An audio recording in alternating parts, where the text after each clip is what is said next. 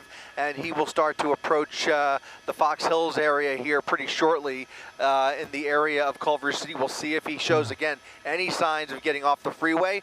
Of course, he's got the option of taking the 405 all the way up into West LA, but you can see he's kind of hugging that right lane, which kind of tells me that he may look for an exit opportunity again. Not sure how familiar he is with the area or, again, what his background is here, how familiar he is with LA in general. Again, this is a possible warrant out of the East Coast, so hard to say what we're dealing with here, but he, again, is driving relatively tame northbound 405. A sexual assault suspect, I'm being told, by our assignment desk. Wow, well, of course. I'm being told by LAPD, a sexual assault suspect inside the car here. Well, now you can see why authorities are really trying to get this person to pull over. But again, as you're talking about it, they may have a warrant also for, is it sexual assault out of Boston, or those could possibly be unrelated as of right now? Chris, we're still probably trying to find the details. Don't know, but the initial reports were that there were a series of crimes. So there may be more than one crime associated here. Unclear whether that assault happened in Boston or if there's a separate crime that we're talking about out here on the West Coast. Don't even know if it's his vehicle. Right now, it's just kind of a lot of unknowns that we're working with. LAPD seems to have more intel, though, so they have more information than we do. We'll see if we can try and gather some more of that, but obviously a little more to this story here as we get a little bit closer, and as he gets closer to us, he has now fully passed LAX, the LAX area, and is continuing now northbound and towards Westchester. It's so interesting that he's actually driving under the speed limit, which nobody does, that seems, in LA. You know, it's hard to believe that, and then you have the 6 PD behind him. You can see in his front window a little bit, but it's hard to tell what we're looking at. There's just obviously one suspect right now, it looks like, unless there's someone in the back. Yeah, pretty tinted, so it's hard to see in the back seat, but that front passenger seat is empty. It's a Lincoln Aviator as he starts to exit the freeway here. What transition is that, Johnny? I think he just got onto the, is this going to be the 90 maybe? I'm not sure. Right. He's getting off the 405 at Howard Hughes. So he is getting off in Fox Hills here. You can see the full pursuit package making their way off the freeway with him. Again, they were, this all started, I believe, in county territory. That's unconfirmed. Wilmington, I'm being told. It started in Wilmington. LAPD picking it up in their Harbor Division.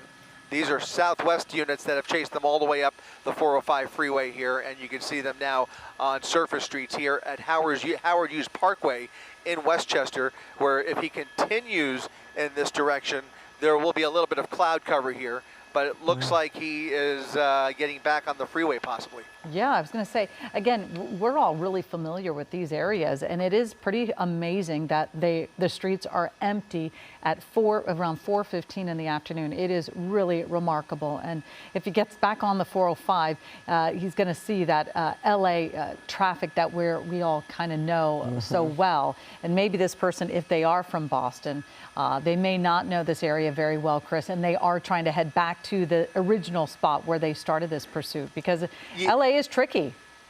It is. It certainly is. And it looks like he may live to regret this move, because he's now gone onto the southbound side of the freeway. So he was traveling northbound 405, quickly got off and has re-entered the freeway on the southbound side, where there happens to be a little bit heavier traffic, as you can see here. It's not exactly a traffic jam, but you can see heavier volume, a little bit slower speeds here. Again, a maroon colored Lincoln Aviator now traveling southbound on the 405 freeway. We'll see what LAPD decides to do here, but right now they have limited options. The pursuit, pit maneuver rather, not an option with this many cars on the road, and then of course setting up for a spike strip is going to be relatively impossible on the freeway here with traffic. So we'll see if they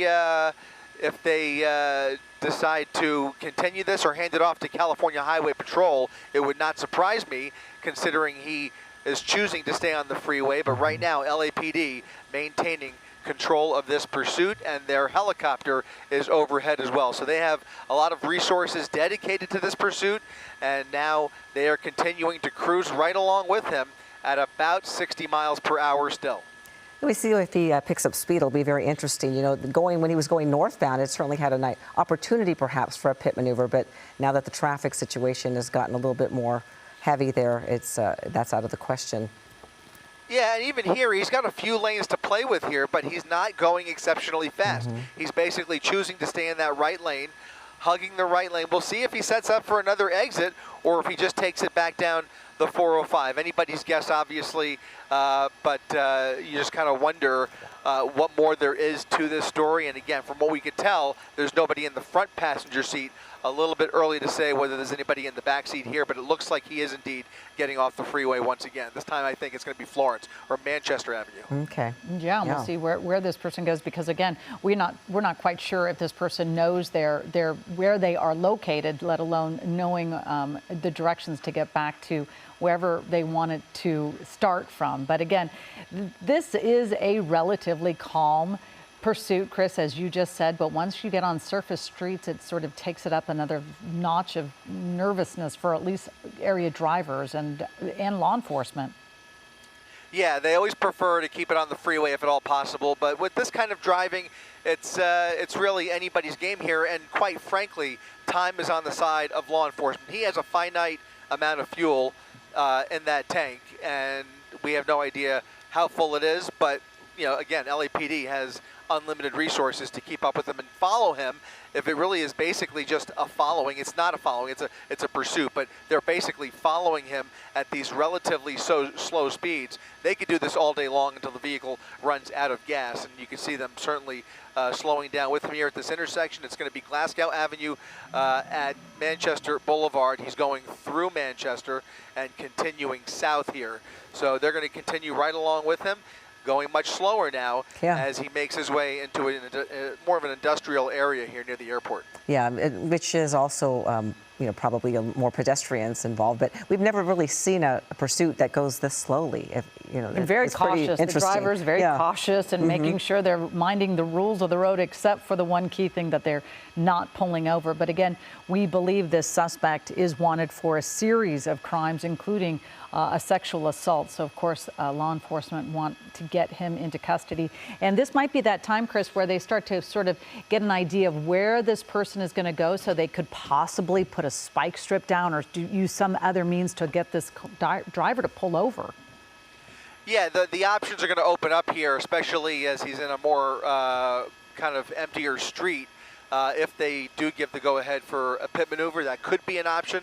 Right now, they're kind of cruising. I mean, look at how he, to your point, he's stopping at the stop sign, stopping at red lights, really obeying most of the traffic laws here. Just a failure to yield as far as we've been able to see. But obviously, as I mentioned, a lot more to this story. Unclear whether they, whether he caught their attention while committing another crime, or if maybe they just ran the plates and it came back with a warrant, again, supposedly out of Boston. So they're continuing here southbound on Glasgow Avenue. They've got this empty commercial area street to themselves. If they want to execute a pit maneuver, now wouldn't be a terrible time, or they could just go along with him here. Right now, it's anybody's guess, but he is continuing at a relatively slow speed here. Yeah, it makes you wonder, you know, what is he thinking? Maybe he's thinking of giving himself up, and because you see him braking quite a bit, you know, at the stop signs, and then continuing on, but, you know, going, I don't know, 30 miles an hour there, maybe? Yeah, there's always the possibility that they may be efforting to contact the driver, whether they've been able to maybe track down relatives and they were able to actually negotiate with him, or get a dispatcher on the line with him, or a negotiator. That sometimes is the case. Purely speculation on my part. No information that we have yet that they have managed to actually contact him. But it is a possibility. Would not be uncommon or surprising if they choose to go that route and decide that this is a person that they can negotiate with. Otherwise, again, we always have the option of setting up for a spike strip or a pit maneuver. Of course, for that spike strip, he'd have to establish a little bit more of a pattern, but they certainly have plenty of resources at their disposal here. Now he's on La Cienega Boulevard, which is going to be a much more a larger street, a busier street, but right now it does appear relatively empty in this area as he crosses Century Boulevard. Yeah, I always find it interesting, Chris, you touched on it a moment ago, what tipped these police officers to try to start this pursuit, but sometimes the most routine traffic stop violation leads to something far more serious. And so that might have been the situation where they thought, this person's driving like they don't know where they're going, if they are in fact from Boston. And then they see that he has, wanted from other jurisdictions. So it is obviously concerning because police never know who they're going to encounter when the person actually does pull over. But right now they are stopped. And it's very interesting to see what is going to, this is that cat and mouse game that these pursuit suspects have with law enforcement. That's exactly right. And to your point, Colleen, we now have word that they are operating under the suspicion that that suspect is possibly armed inside of the vehicle. And that obviously does change the calculus quite a bit going forward in this pursuit here. So information starting to trickle in here, possibly armed suspect behind the wheel of this vehicle, a sexual assault suspect. We believe that they are behind here on La Cienega Boulevard at 104th Street in Westchester, getting closer to LAX as he continues down La Cienega. Unfortunately, we on the for the time being are stuck on the north side of LAX as we try and navigate airspace here. We're talking to air traffic control, trying to see if we can get across the runway to meet up with the suspect on the other side. If he continues southbound on La Cienega Boulevard, paralleling the 405 freeway there you see on the right side of your screen, we'll look for any signs of him maybe attempting to re-enter the freeway. He just passed a freeway entrance, but it's certainly not the last opportunity he'll have. He's going to continue southbound on La Cienega. You can see him underneath the air traffic here coming into the airport, and he is continuing southbound. We'll see if he stays on La Cienega. Yeah, that LAX airspace always poses a problem. We've been seeing so many pursuits lately that have been erratic and crazy and nerve-wracking to watch, and this is a relatively boring one, and we're grateful for it, because it puts less people at risk and less pedestrians at risk. And you just wonder, what is he thinking? Like, what is he going to do and just continue this cat-mouse game, like you said, Colleen? Yeah, on one hand, it seems like a controlled situation, but on the other hand, the unpredictability is through the roof, especially as we start to learn more about the suspect. So, we know all too often here in LA, these pursuits can go from 0 to 60 real quick, and then they can, go sideways in a heartbeat. So, anybody's guess as to how this is going to end. LAPD operating with extreme caution here, especially with the knowledge that he may have a weapon inside that vehicle, and who knows what else or who else inside the vehicle. We don't know, except for the fact that that passenger seat in the front appears to be empty. He's continuing, though, at a pretty reasonable clip here, only about 20 to 25 miles per hour down La Cienega Boulevard, now getting in the turn lanes. And we'll see here if this gives him the opportunity to get on the freeway. His next freeway entrance is going to be about a half mile off the nose, so he appears to be indicating that he's going to make a left turn here. We'll see if he intends to, if he does follow through with that left turn. That'll put him, I believe, onto Imperial Highway. Okay. Yeah. And it is interesting because as law enforcement try to establish this pattern and see if they can pull him over, Ellen and Chris, we've seen it before where we see law enforcement either try a spike strip or they try to do a pit maneuver, and then it really ups the level of a chase. It becomes much more dangerous and the driver becomes much more erratic. So there's clearly a huge law enforcement presence behind the suspect. That suspect knows that they are wanted. They should be pulling over. They do not want to give up just yet. But again, it makes you think, they are driving really cautiously, but clearly they're not intimidated by all of these law enforcement vehicles behind them. And Colleen, even using turn signals. Yeah. It's such a great point. It's such a great point because if he's not posing an immediate danger to the public, why antagonize him? Why up the ante anymore if they have the luxury of following him at a safe speed, at a safe distance, and he's not really, doing anything too extreme yet? You reserve those other tactics for if things get a little more crazy. Right now, he certainly appears to be, showing some signs of composure behind the wheel here as he possibly is getting back onto the 405 once again. This is the 105-405 interchange. He's underneath the spaghetti loop there, and I think this may put him on the northbound side. Yep, northbound side of the 405 Okay. freeway, and that will require us to now Go navigate LAX airspace in the opposite direction. Yeah, we're going to have to head back north as they continue this cat and mouse game with this suspect who is now starting to show signs of indecision, if you will. You know, where do I go? Which direction do I want to go? How far do I want to take this kind of thing? You don't usually see a pursuit suspect using turn signals. Like, let me tell you where I'm going next. You know, you want to elude the authorities, and you're going to do your turn signals to let them know where you're going. Yeah, yeah, exactly. And you know, there's always the possibility, as my photographer Rob Gluckman reminds me, you know, if he's more experienced than we're giving him credit for, a great way to lose law enforcement would be to zigzag up and down LAX airspace, where it's much more difficult for the helicopters to follow, and there's a lot more opportunity to sneak away here. But at these speeds, he seems to be, you know, not really spooked by law enforcement, and he is once again getting off of the freeway here in the heart of LAX's Bravo airspace here. So we're in Inglewood at 101st Street, getting off the 405 freeway, coming up to a red light here, and you're going to see us shooting this from a distance once again until we get a better idea of where he's taking us. But right now, LAPD not having any problems keeping up with them. In fact, they've even added an additional black and white to the pursuit package here. So if I'm not mistaken, there's 6 here, and I think there is a 7th a few vehicles back. Okay. Well, they certainly are taking this suspect very seriously. And, you know, the LAPD, the CHP, they're so well versed in pursuits. They do it, you know, it seems like we're on a pursuit almost every day.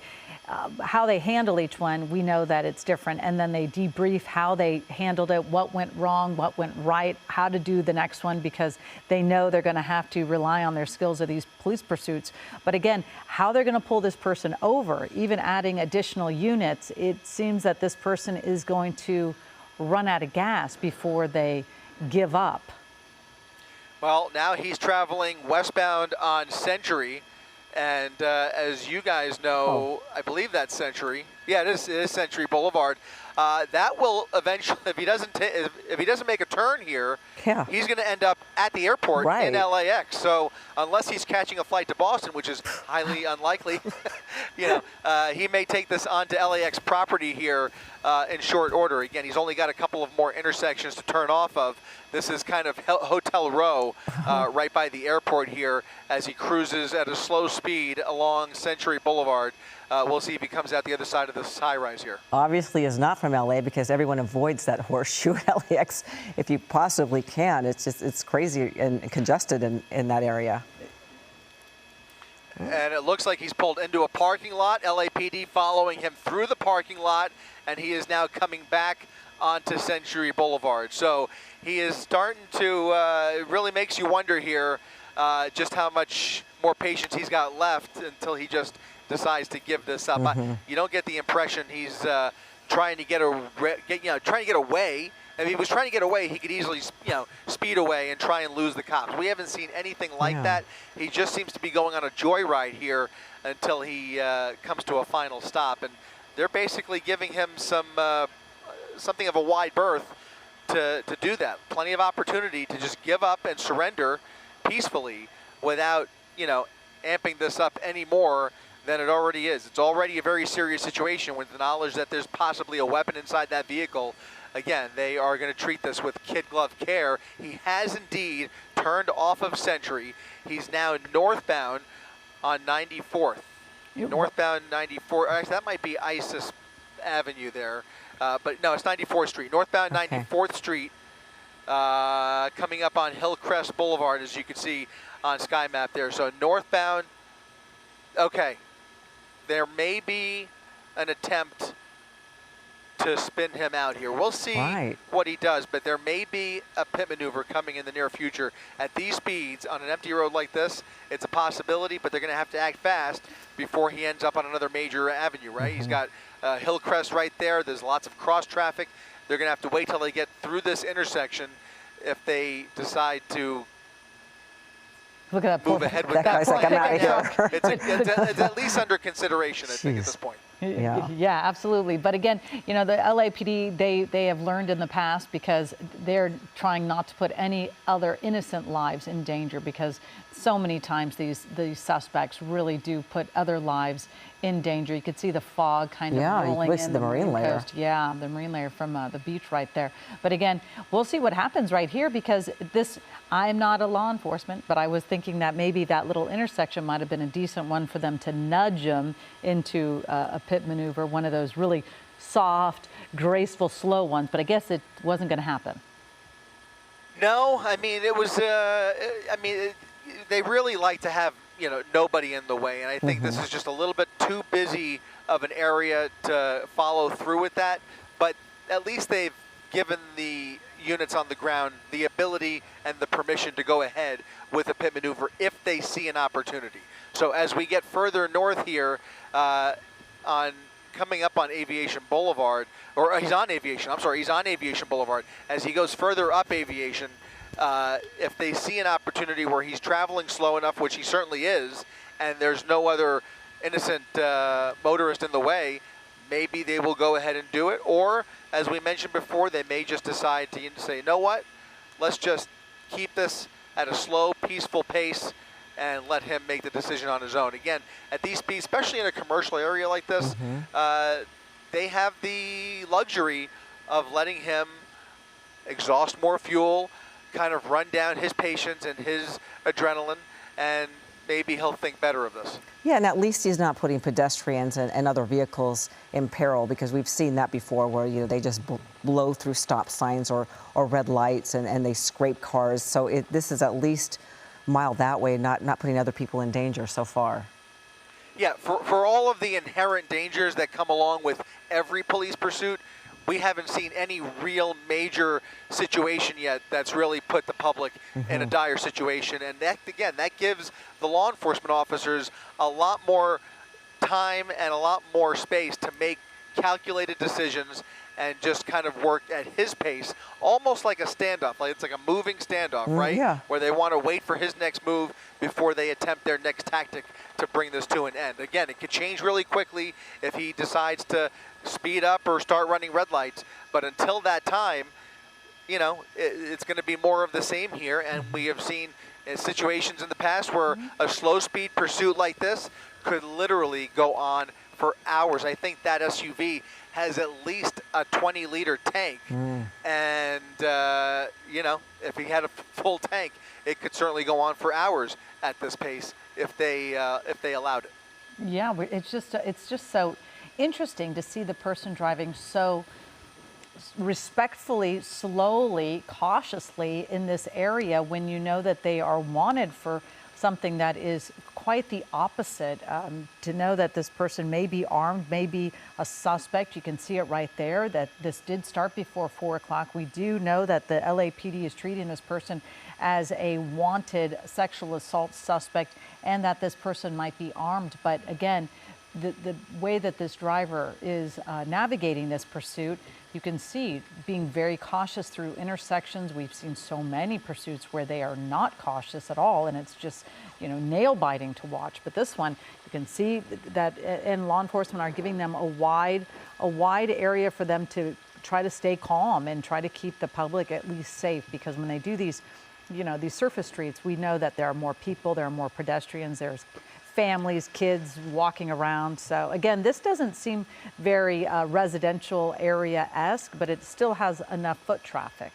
Yeah, well, now he's back on Manchester Boulevard, which is going to be more of a commercial street here. There are already, you can see, more pedestrians. And the problem with a pursuit that extends and just kind of meanders like this, the more opportunity you have for people to catch wind of it and try and catch a glimpse of it. So now everybody in the neighborhood is going to get the notification on their phone and decide to, try and catch a glimpse or even get video of the pursuit as it comes through their neighborhood here or through their business district.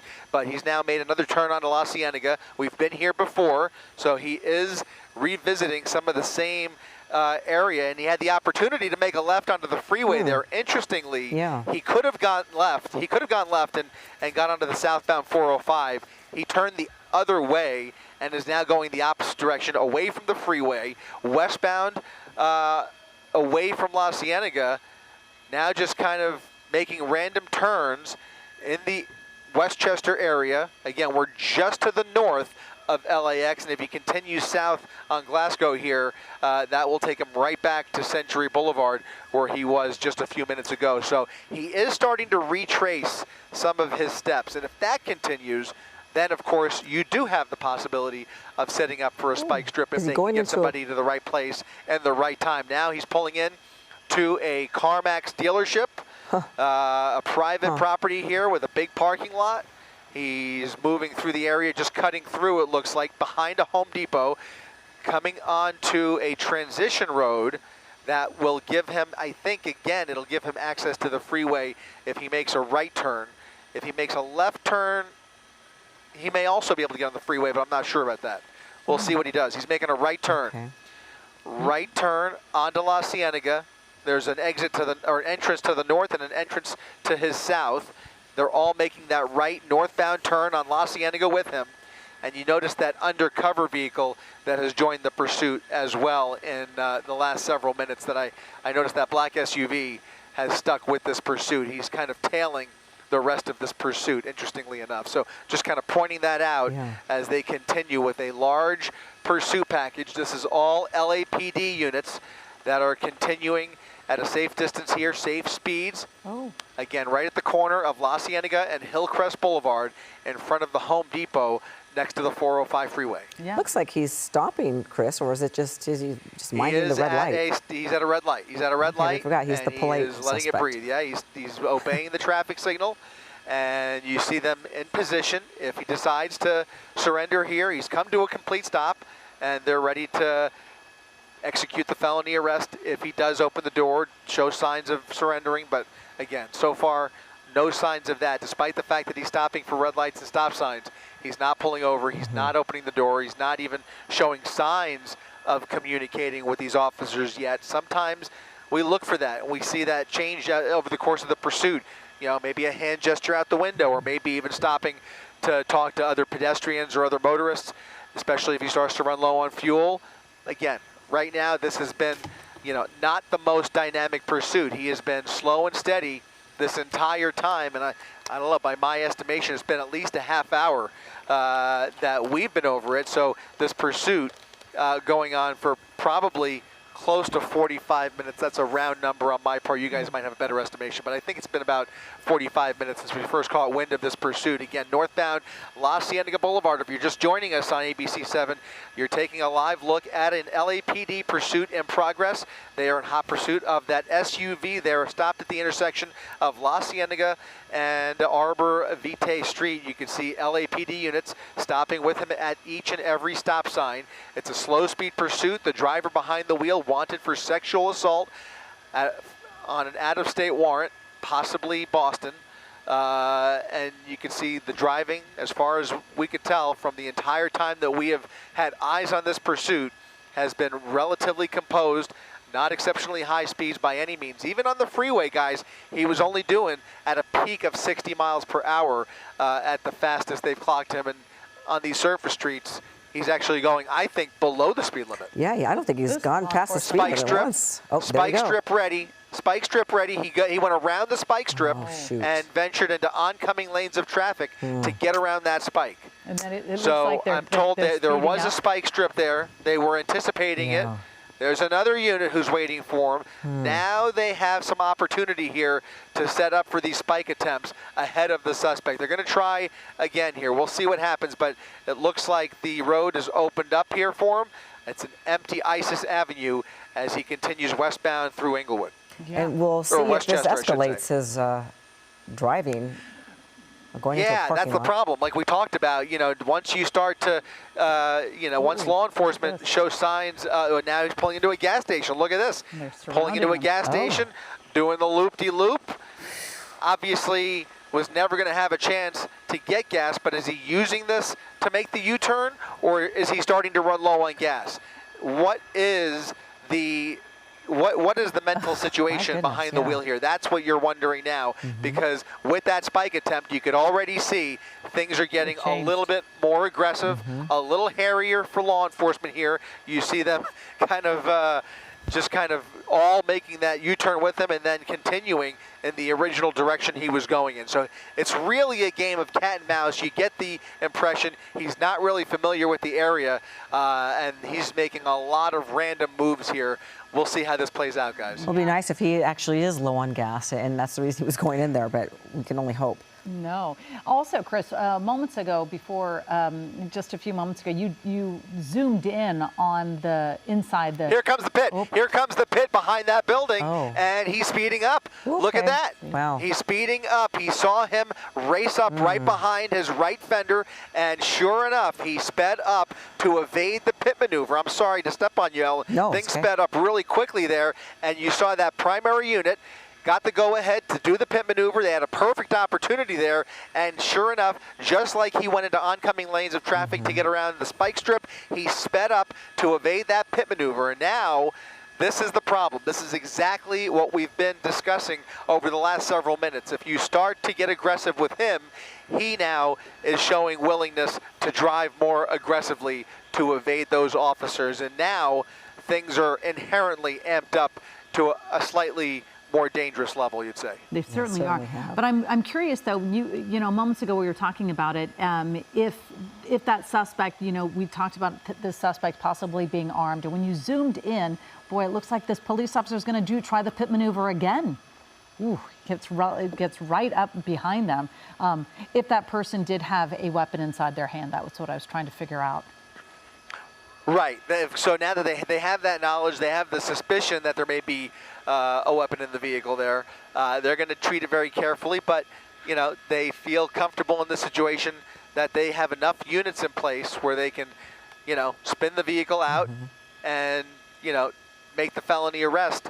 They have units ready. Again, each of these cruisers have 2 officers in them. They will immediately point their guns to that driver if he pulls anything scary or threatens those officers in any way. But the hope is that once the vehicle is immobilized, he will hopefully surrender. And they're giving him the benefit of the doubt. They don't want this to continue too long, because the longer it goes, the higher the risk. Because eventually the driving is the behavior behind the wheel here, we've already seen it changing slightly. And of course, if you agitate the driver too much, you start to increase the risk for all of these innocent motorists who are just trying to get home on a Thursday afternoon. Right. So he's continuing now on Westchester Parkway, approaching Sepulveda. And again, we're just a couple of blocks from LAX Airport. Did that driver ever end up hitting either one of those spike strips? I know we were looking at it closely, but I just keep looking at that front passenger side wheel, and it looks slightly lower, but maybe just the rims are really big. Yeah, I don't think so, but it was behind that building, so that's just my guess is that he was able to skirt around it. But once we get a little bit of a better look, a closer look, we might see if that tire is behaving any differently. Right now, he seems to be driving, you know, again, relatively normal as he, you know, continues now northbound on Sepulveda Boulevard. So now northbound Sepulveda, away from LAX. That's a good thing. He's coming towards us. We're going to get a better look as he gets closer to us, and you can see it looks like the vehicle is driving nominally here. So here comes another pit attempt up the right side, and wow, a little bit of a oh boy, a little bit of a, I don't know, almost a weak attempt there. He didn't really speed up there. He just kind of slight miss. It's almost like he's got this car in cruise control. But I don't know if that officer had second thoughts. He got really close to him. He did, May have even kissed the back bumper. I'm not sure. It's difficult to tell from this angle, but he certainly slowed down at the last second there. And it looks like the driver is drinking a bottle of water as he continues this joyride. So northbound Sepulveda, continuing the chase, and he's certainly obviously well aware of those officers in the rear view as he's able to, you know, evade these pit maneuvers and drive around these spike strips. Something tells me he's just going to take this to the very end as long as he's got gas in the tank. Wow. Yeah, it's very interesting. Yeah. I feel like we're all a little more anxious than the driver with driving with all Here these comes law another enforcement attempt, behind you. Come on, let's perhaps. see if I tell you every time the police officer gets very close, he does speed up. Yeah, well, you have to feel for these officers because in a situation like this, he could have a wide open berth on Sepulveda Boulevard 1 second, and then, on a dime, things could change. There could be cross traffic, there could be other traffic in the opposite direction. Here you see there's just not enough space for a pit maneuver, way too many drivers on Sepulveda Boulevard. The opportune time would have been a little bit early on some of those surface streets where there was virtually no traffic. Now it's a little bit more of a precarious situation. I was a little surprised actually to see that attempt on Sepulveda, to be quite honest with you, but that may be why the officer slowed down at the last second there. He might have seen something that posed a danger there. So they don't want to spin him out unless they have, almost a full 4 lanes to play with. You don't want him crashing into parked cars and private property. You don't want to see him get into, a more dangerous situation with oncoming traffic. So it's got to be an area, a stretch of roadway where there's really nobody at risk. And that's what they're looking for. The speeds are not a problem. At these speeds, he is traveling at perfect pit maneuver threshold, but it's the congestion in the area that's preventing the next pit maneuver. But once they see that, especially now that you've seen those first 2 attempts, we've now seen 2 attempts that we could say for sure to pit this guy, and if they see another opportunity, I think that 3rd pit is almost inevitable. Yeah, absolutely, and you can see it's amazing to see how light the traffic is right now as we approach the 5 o'clock hour. But again, this driver is definitely just going to kind of stay the course, keep going in directions that seems like they actually do not know where they're going, and maybe they'll get back on that 405 and get stuck. Yes. But again, we're watching, you could see the marine layer kind of obstructing a little bit of the clarity that as we see this suspect just stopped at the red light. And has he been in this intersection before? It seems like he's still circling in that same general vicinity. We're in the vicinity. In fact, he's at an intersection that gives him access to the 405 freeway, and I've got to tell you, the marine layer is moving in quick. Wow. So we've got an LAPD airship right overhead, and he may have only one more pass as the marine layer obscures this pursuit completely unless he makes an eastbound turn. He doesn't realize it. He doesn't realize, so he's traveling north. He's continuing north here, and if he made an eastbound turn, that would have been great. But as the marine layer moves in here, all of these helicopters are going to have to. Well, he will be out of visibility pretty soon here if he continues northbound. That's what I'm trying to say. He doesn't realize it, but he's actually doing the right thing. If he's trying to lose the helicopters, it'll be up to those ground units to finish this pursuit if the marine layer does indeed move in here, which it certainly is. You can see it in the picture here. If we widen out just a second, you'll be able to see a thick layer of clouds that are about to completely cover this part of West LA. So continuing up through Fox Hills, we're at the Fox Hills Mall, up Sepulveda at the Fox Hills Mall, continuing at a slow speed, relatively slow speed, I would say maybe 35, 40 miles per hour, a relatively empty stretch of road here.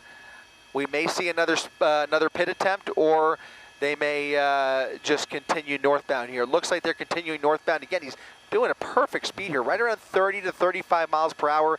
If they see the opportunity, I have to believe they're going to go ahead with it. He's going underneath the 90 freeway now. He's had several attempts in the last few minutes to get onto a freeway, and that might be the first red light he's run. I'm not sure. I think he had a red light there. Don't quote me, but I think that was a red light. Okay. This is definitely a red light. He's stopping with traffic here, and he's patiently waiting behind. And look at these drivers. Talking to him? Like, I think they're videotaping them. They hear the sirens, right? All of the drivers at this intersection hear the lights and sirens. They could see the commotion. They see the helicopter flying overhead.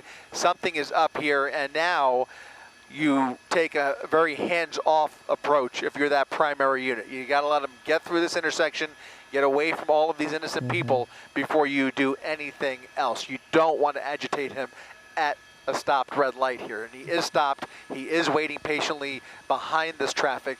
And they will continue the joyride with him here, northbound Sepulveda Boulevard. But you could just tell in the last 10 to 15 minutes, there's just a different energy down there. If he continues, they're going to have to employ more tactics, especially after giving those initial go-aheads for the pit maneuver and the spike strip. Now they're really committed. Now they've got to follow this all the way through until this comes to an end. Chris, we're showing on the right side of your screen the failed pit maneuver attempts that happened just a few minutes ago. You can see, you know, they got pretty close, but then they sort of backed away, and perhaps other factors came into play, other cars there. But there you see the attempt, and it was so close. I do think that he touched. It might have clipped him, Maybe just like you said, Chris, like a little kiss. But we are seeing that, and you are absolutely right that the energy of this pursuit has definitely been ratcheted up because of those pit maneuver attempts. And it looks like they're trying to do it again on the left-hand side. Yeah, it looks like they want to give it another go here. He's speeding up. The minute he sees that primary unit come up behind him, he speeds up. He's once again stopped at a red light. What I was going to note there, I think at least 3 or 4 times in the last few minutes, he's had a perfect opportunity to get on the freeway, and he's bypassed all of those opportunities. Again, just trying to get into his head here, trying to figure out where he wants to take this. It certainly doesn't appear like he wants to get on the freeway. And again, every attempt at a pit maneuver, he just steps on the gas, floors it, and slows down again. So it's a game of cat and mouse. We use that phrase all the time, but this is a quintessential scenario where it's really, it's a tough game. It's a game of whack-a-mole, because the minute you try and, speed up behind him, he speeds up, and here he comes. Oh, here he comes. Here he comes, speeding up right behind him, and the pursuit vehicle speeds up again. Oh. Yep. So curious, because if he really wanted to get away, you'd think he'd start speeding like we've seen in other pursuits. Yet he only speeds up when they attempt that pit maneuver. Yeah, when they try to apprehend him, that's when he ups, gets that foot on the gas pedal and just floors it. But then eases up and goes back to a very calm pursuit, except for I don't know, Chris, if we could see how quickly. I know we're pretty far away, but this driver is definitely driving at a much faster rate and being a little bit more aggressive as they approach these intersections. Well, it's interesting, right? Because he speeds up once he sees that primary unit come up right behind him. He's basically, he's basically going at their pace until they try to pit him, and then he speeds up. But then the minute he gets a little bit of distance, he slows down pretty much with speed limit, with traffic. And now once again, he stopped at Sepulveda and Washington Boulevard. Now we are getting more information trickling in here. He is apparently also wanted for robbery. Oh. So you could tell, as the information comes in here, you could tell this is not, not the best guy behind the wheel here, despite the tame nature of the driving. Yeah. We now have sexual assault, robbery, possibly armed, obviously unwilling to give up here. He's wanted out of another jurisdiction. They are probably communicating with that jurisdiction, wherever it is, perhaps Boston PD, and trying to get as much intel as they can. The only benefit there, well, there's a lot of benefits. One of the benefits is maybe they can get a relative on the line or somehow communicate with the suspect. Now, there's also a possibility, and we're hearing that this may be a likely possibility, something that we've been seeing more of in recent years. He may be listening to this pursuit on an app, or possibly live streaming the pursuit. So they do have information that he is on the phone or has access to this stream somehow, and is following along on either on his phone or perhaps on the radio. You just never know. Right. He's listening. You really should just give yourself up and end this, and stop putting other people in peril, and just go off the road and stop. Yeah, just give it up. They're not going to get anywhere. I mean, 99.9% of the time, these people are apprehended. But looks like they're on the freeway, but it doesn't show at 405 North. 405 North. I thought at a moment it said Venice Boulevard. But yeah, it's So they're on the 405 North. You can see that marine layer moving in. Again, our visibility is becoming reduced. And this, I'm not sure if they ever try pit maneuvers on the freeway. I certainly, unless it's like this kind of, they're not going to try it when there's this many motorists on the road. Yeah, no, that pit maneuver tactic is now off the table. That's been sidelined. And you mentioned it as we were talking there. He did take the opportunity for the first time in a while. He is now back on the freeway, northbound side of the 405 freeway in the middle of rush hour, coming up on National Boulevard, speeding up a little bit, looking for any gap in traffic to put a little bit of distance between him and that primary unit, but they're following at a safe distance, not having a problem. You can see him slowing down with traffic. Let's see how much weaving we start to see here. That's something we always look for once they find themselves in a little bit of a bind, but he is on the 405, not nearly as empty as it was earlier on in this pursuit when he was on the freeway. And again, that poses, on one hand, it poses more danger, but on the other hand, it is the safest of all other options, as opposed to a surface street where you have pedestrians and, you know, so many other variables. You know, the freeway, for all intents and purposes, is the ideal place. You just wish there was less traffic in case he gives up, in case they have to use force. You don't want any crossfire situations. You don't want him crashing into anybody if he gets spooked, stuff like that. But right now, you know, as we speculate about all of those possibilities, for the most part, he is continuing to drive relatively safely, dare I say. I mean, he's really not posing an immediate risk, which means they have the luxury of following this all the way through. And probably, in all likelihood, if they don't hand this off to California Highway Patrol, they will start to get to the point where they start talking internally about transitioning or transferring this pursuit over to a new group of LAPD officers. As far as we could tell, this is still all LAPD behind this vehicle. We have not seen them swap out any of the units yet, but I would imagine, just judging on the length of this pursuit, it's almost time to hand this off to a new set of eyes and a new set of officers. All right, Chris Christie, and we are handing it off to a new set of anchors right now. Michelle Fisher alongside me. I'm Giovanna Latta, and we are continuing to follow this breaking news in the Los Angeles area near LAX. This pursuit, LAPD pursuit. The suspect in this vehicle wanted for a sexual assault. And Chris, can you fill us in on what else we know about this? Yeah, so information's been trickling in, Giovanna, on the details behind this chase. The suspect apparently wanted for an out-of-state warrant.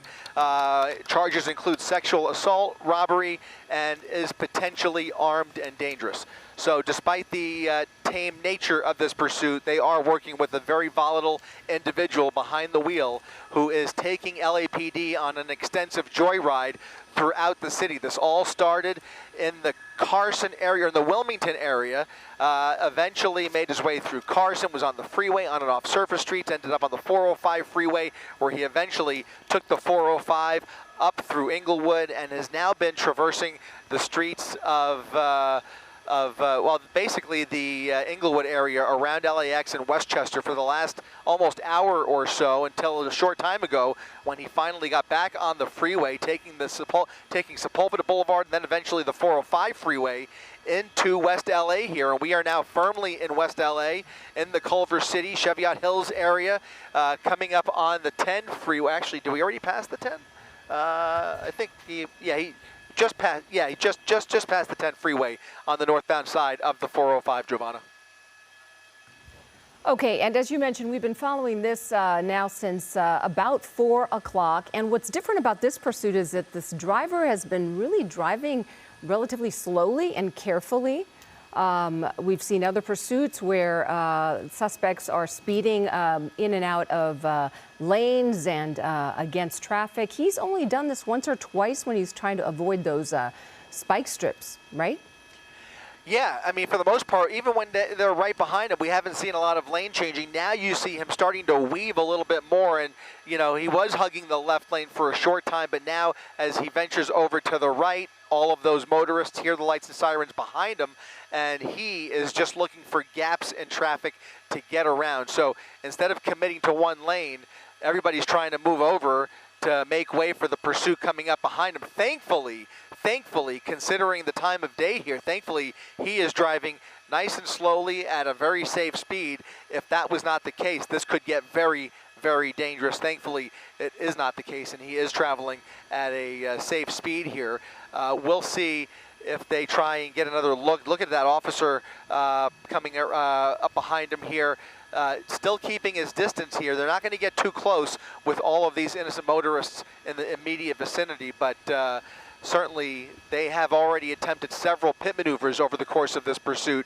But now that we're on the freeway, that's pretty much off the table for the time being. But they may pull up next to him to get a better look inside the vehicle, or even try and communicate with the suspect. But again, with all of this traffic, it's really just a matter of time, right? You're just kind of waiting for those opportunities and trying to keep your distance, follow at a safe speed until he eventually gives up or this ends some other way. But right now, it is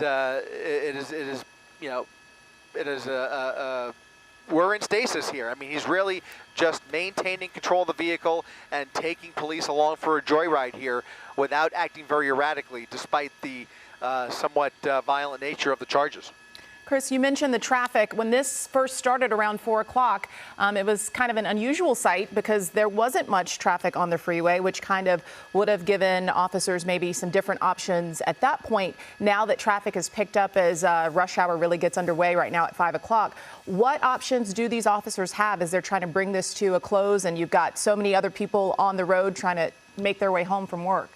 Yeah, the option, unfortunately, is to keep your distance and wait it out. Let him get through the traffic, maybe get off the freeway, but at these speeds and with this much traffic, you don't want to do anything to agitate him in this situation. There's just too many lives on the stage here, and they're going to try and keep him as calm and relaxed as possible. These are all the same Harbor Division units that initiated this pursuit over an hour ago in South LA, or in the Harbor Division in Wilmington, I should say. And they are the same officers who are continuing this pursuit as we make our way through West LA. Now we are getting, again, a few more details here. Apparently, this is a serial rapist that has been wanted out of the East Coast that they are following here. So as we learn more about this suspect, it is very obvious now why they are not letting up any pressure on him. They are treating him with kid glove care, especially considering the possibility that he's armed. And now, based on these charges and the warrants that are being revealed here, they are dealing with a wanted man behind the wheel here that they are not going to give up on. This is not a pursuit that they will just give up. But we see that frequently now in recent times, where they just basically decide, you know what, it's not worth it. The resources, for whatever reason, they just decide to let it go. This is not that situation. They are going to continue to apply pressure where it's safe, and where it's not safe, they will keep their distance and just follow slowly behind, hopefully at a nice casual pace here, doing below freeway speeds in the middle of rush hour, northbound side of the 405 freeway approaching Santa Monica. Yeah, Chris, and just to clarify, these Harbor Division Patrol officers were trying to enforce that out-of-state warrant. Now, as you're saying, there are several warrants, and he was a serial rapist, is what we're being told. And so they were trying to enforce that out-of-state warrant, and that is when the pursuit started. And I was also going to point out what you just said, that this pursuit is different because some of the pursuits we've seen recently, authorities have really backed off. We haven't seen these many patrol vehicles tailing the suspect vehicle, but in this case, we've seen 5 patrol cars, and as you mentioned, they are staying very close to this vehicle. Yeah, they've got 6 or 7 that have been following him all the way through here, and I think he's coming up on the Century City area here as he makes his way. He looks like he is on the phone. He has his right hand up to his right ear. There's the spike strip attempt. He went right around the spike, and instead of turning onto Santa Monica, he just continued up Cotner Avenue here, now paralleling the 405 freeway. So he's going to have another opportunity to get back on the freeway, but in that they had a great opportunity. They tried to spike him there. It didn't work, and now, unfortunately, he's back on the freeway. If he stayed on that service road, they probably, in all likelihood, it's literally a service road that parallels the 405. Yes. Would have been a great opportunity to pit the vehicle, but he took that 405 entrance, and once again, we are back in this heavy 405 rush hour traffic approaching Wilshire Boulevard in Westwood as he makes his way northbound towards the Sepulveda Pass. We may very well find ourselves, who knows, up in the hills here and eventually into the San Fernando Valley if he stays on the 405. Yeah. Traffic remains slow all the way through. Yeah, that's possible. Although it does seem like now he is getting off the freeway. What is that? Getting off at Wilshire. Getting off at Wilshire, okay. And what was interesting is he spent so much time around the LAX, Westchester, Inglewood area, about, what, 45 minutes. And now he's venturing north on the 405 and now exiting on Wilshire. Yeah, the one thing I think we could safely say is he does not know where he wants to end up here. He has been very indecisive. He has shown no clear signs of aiming in any particular direction or any specific destination. He has been making mostly random moves, random turns on surface streets, and even on the freeway, he's gotten off, gotten back on, gone the opposite direction. He just is obviously making it up as he goes along. He is not very animated there. He seems to be on the phone. They think he may be communicating with somebody or perhaps even streaming the pursuit inside the vehicle. We've seen him take a chug of water here and there. There's a water bottle in the center console there. So he is now on Wilshire Boulevard, making his way westbound through the Wilshire corridor, coming up off the nose here. Now there's a little bit less traffic. Not exactly an empty Wilshire Boulevard, but if they see enough of a wide open space, this could be another situation where they attempt a pit maneuver, but Wilshire corridor does slow down a little bit. A lot of traffic lights through here, even in moderate traffic. I don't think they're going to have a real good opportunity on Wilshire Boulevard, but maybe if he gets off, maybe if he pulls off into one of these side streets along Wilshire, then they'll try it again. Coming through the corridor here, also a possibility they could set up on the east side of the corridor with another spike strip. That's always a possibility as well. So they are strategizing. They're trying to think ahead, even though he has not really established a real clear pattern here. He's making it all up as he goes along, but he's traveling slow enough. That slow speed is giving the watch commander, who is also monitoring this pursuit very closely, more options to think about and deliberate on as this pursuit drags on through the afternoon here. We are now in hour number 2 of this pursuit as he continues westbound on Wilshire Boulevard, coming to a stop potentially at one of these red lights. He has stopped for almost every single red light. In this case, he's made a left turn off of Wilshire Boulevard, and he is now on one of those surface streets right behind the condominiums on Wilshire. He's now going, again, the opposite way on a surface street. He's going now westbound. He's going westbound towards UCLA on Shelby, approaching Malcolm Avenue here, and if they see an opportunity, I think we might see another pit attempt. We'll see.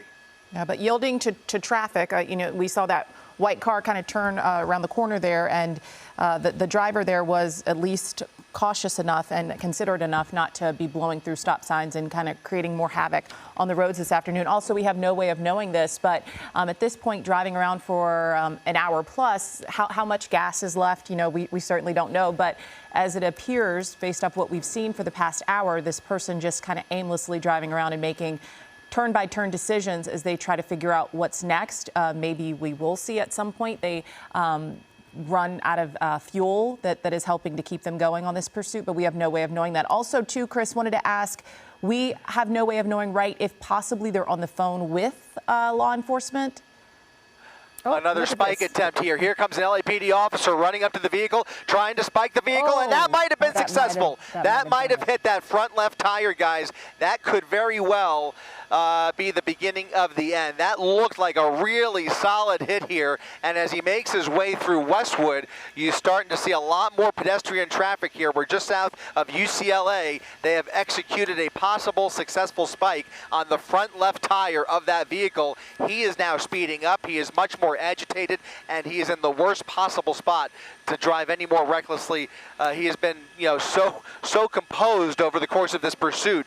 I can't think of a worse spot to amp things up here. And unfortunately, we are seeing him start to speed up a little bit here. He's coming to another red light, going through the red, and he's continuing northbound on Westwood Boulevard towards UCLA, and we're going to try and stay on the driver's side here to see if there's any change. It looks like that front left tire is starting to go flat. You guys, believe it or not, might actually have a better glimpse than I do. On my monitor, it does look like a slow bleed off on that front left tire. Yeah, I would agree with that. It looks flat from my perspective. Yeah, it does look like maybe it took a hit there.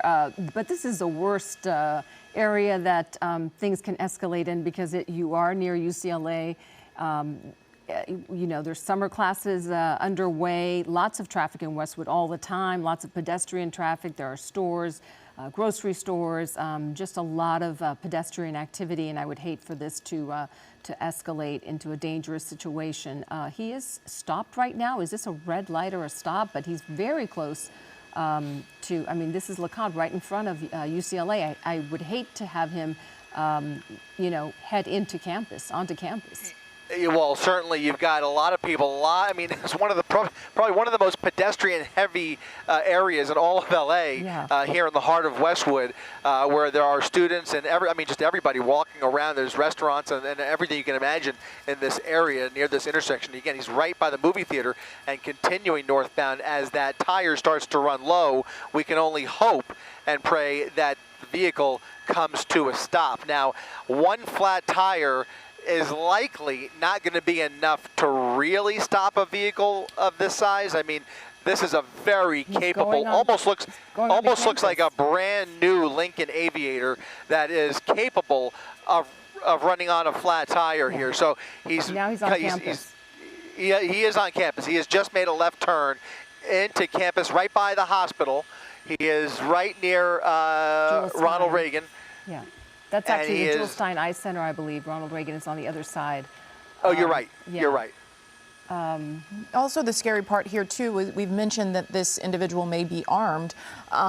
So when you're considering that they're on campus now and that there are students there, pedestrians, people walking around, after the car comes to a stop, then you don't know what happens next. So that's kind of the extended fear, that could be at play here. Right. But what is happening if you can?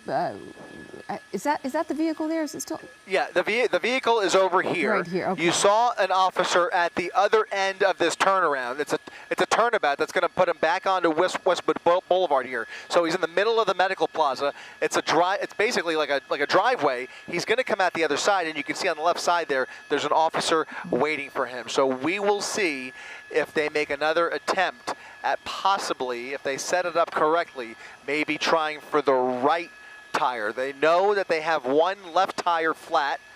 He's running on a flat tire.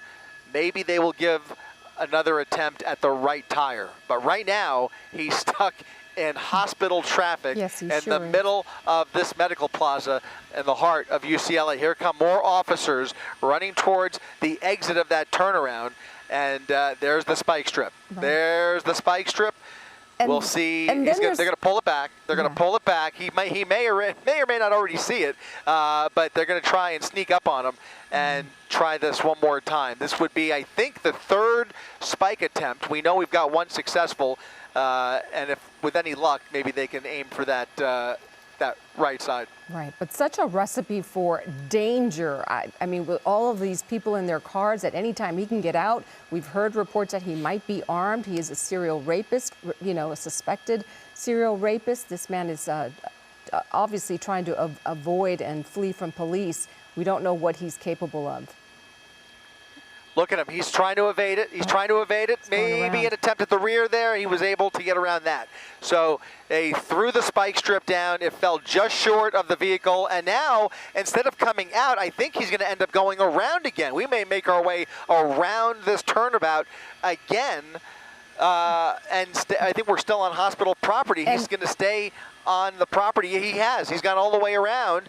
And he's circling the driveway here. This is bizarre, guys. And there's it's underground an unbelievable parking, situation. too. Yeah, there's underground parking too. You're right. You just have to wonder at these moments what is going through this individual's head, and we have no way of knowing, obviously. But to go back into that hospital roundabout seems maybe unlikely, like an unlikely plan. And then we have people outside that are obviously watching this pursuit, videotaping.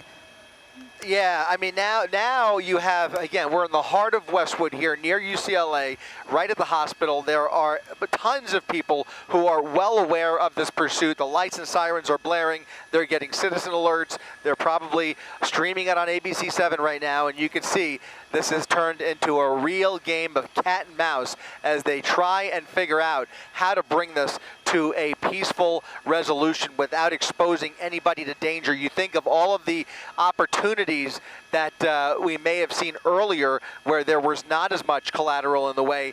Now you see all kinds of risks if they decide to use force for any reason. If they're put in a position where he threatens these officers, they just have so few options at their disposal with so many innocent people walking around, driving around in a hospital setting like this. It is a nightmare scenario. So just when you thought this was a slow speed, boring pursuit, this has turned into a really nerve-wracking situation.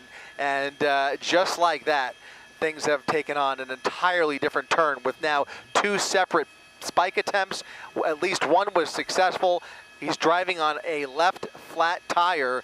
And now we're going to see another spike attempt as they cover the entire lane.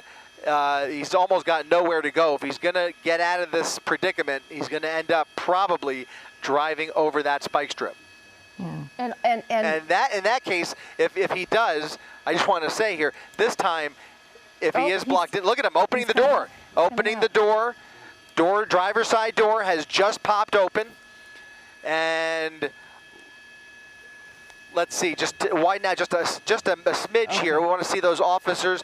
They've got their guns out, trained on the suspect. Is he showing hands? He was you saw showing at least his left hand. Yes. He's showing hands. I think at least his left hand. He is attempting to exit the vehicle with his arms and hands now clearly visible. The suspect deciding time is up after an hour-plus pursuit. He has opened the door and is now exiting the vehicle, albeit very slowly, following the commands of those LAPD officers. Again, probably the best case scenario here, considering all of the other ways this could have been terminated. We now see him finally giving up peacefully, about to surrender to these LAPD officers. But man, what a dramatic end indeed, as he really has come to a stop in a precarious place with so many pedestrians around here. It does look like he's coming out empty-handed, even though they are operating under the assumption that he is armed and dangerous. Again, he is wanted for robbery. He is a serial rape suspect out of Boston, but we believe, and it does look like they're going to take this suspect into custody any minute here. He looks like he is it looks like he is injured. Moving a little slow here. He's having a little trouble balancing or walking. Looks like he can't. Don't know if he's, don't know if he's some physical challenges, injured in any way, or if he's maybe a little, who knows, maybe inebriated in some way. We don't know. These are all, even though this is kind of the end to the pursuit and we see him out of the vehicle now, when we're watching these things, these seem to always be the most tense moments where anything could kind of happen or go wrong. So it's great that he's finally come to a stop and is out of the vehicle and the officers seem to be in control. But these moments always give me kind of the most anxiety. Because you're exactly right, Michelle. This is one of the most dangerous, aside from all of the other, inherent dangers of a pursuit. It's the end, the unpredictability of what his next move is going to be. Now, all indications are here he does not appear to pose a threat. but looks could be deceiving, and they can't make any assumptions. And in an area where there is so much other activity here, they have cleared the area, and they now basically, it appears to me they've been able to get other people out of the way. There were a lot of pedestrians on that curb a short time ago, and now everybody has backed away. They're going to clear the vehicle, even though he's having trouble. This is very unusual. Never seen this, where they clear the vehicle, and he is still out of the vehicle walking towards those officers, but he is not well, and they are going to approach him nice and gently here and place him under arrest, likely place him in an ambulance in short order. But it does look like he does not have all of his faculties, but thankfully he is now in police custody. Ding dong, this has come to a peaceful end. Absolutely, Chris. We've been watching this again since 4 o'clock, and it was you can say it was a slow speed pursuit, but it sure did ramp up at the end with these very tense moments. You know, he is a suspected serial rapist. We don't have too much information, but authorities did believe he was armed. It's unclear why he seems to be so physically challenged and unable. He had such a hard time exiting that vehicle. So there's so much more information we just don't have about this. But again, we can all breathe a sigh of relief that no one on the road was hurt. No innocent bystanders were affected or injured. Yeah, I mean, what we do know is that he certainly now has a trip to jail, and these charges that he's facing that he was initially kind of pulled over for, now he can face justice for that. I mean, I don't know if the assumption is that he came from the other side of the country to try to avoid whatever, you know, charges were following him, but officers now have him in custody, which is the beginning of, you know, some type of justice for these rape victims of his, serial rapist. You know, those serious charges certainly, and robbery also out of Boston, based off what we know so far about this individual here. Right. And he certainly, without a doubt, was evading police, fleeing the patrol officers that were tailing him, because he saw those spike strips and he was avoiding them. He knew that they were after him. So there's more information about this that hopefully we'll be able to get. Yeah, later. if you've done some of those things or suspected of doing those things, and you see flashing lights behind you for anything, you know, running a stop sign or anything, you're certainly going to have, I would assume, your heart drop, because you know that you have some other things that you're responsible for that you don't want to have to speak with authorities about. So we can only imagine that maybe that's what was going through his mind as he was originally pulled over for this, or attempted to be pulled over this afternoon around 4 o'clock. All right, yes, but no one hurt on the campus of UCLA and anywhere else. So. Okay, all right. We can move on with other news right now. New here at 5, following the devastating Nixon fire that rolled through eastern Riverside County this past weekend, officials find a house filled with dogs and other exotic animals and no food or water. Now the race is on to find those pets a new home. With more from Awanga, here's the 2 horses whose hooves are in need of attention. In the barn